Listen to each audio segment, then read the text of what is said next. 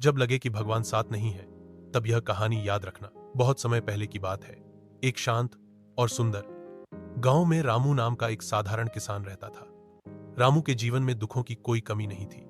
कभी बारिश न होने से फसलें खराब हो जाती, कभी घर में खाने तक के लाले पड़ जाते और गांव के लोग उसका मजाक उड़ाते। फिर भी रामू हर सुबह उठकर भगवान के मंदिर में जाता और पूरी श्रद्धा से प्रार्थना करता। धीरे धीरे उसके मन में सवाल उठने लगे, क्या सच में भगवान होते हैं? अगर हैं तो मेरी इतनी परेशानियां क्यों हैं? एक दिन उसने ठान लिया कि वह भगवान से मिलकर ही अपने सारे सवालों के जवाब लेगा।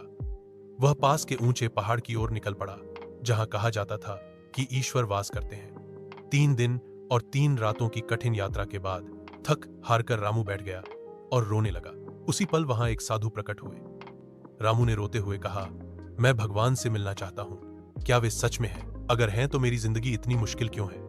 साधु मुस्कुराए और बोले, भगवान हर उस जगह है जहां प्रेम, करुणा और आस्था है। जीवन में दुख आना स्वाभाविक है, लेकिन जो कठिनाइयों में भी भगवान पर विश्वास बनाए रखता है, वही उनका सच्चा भक्त है।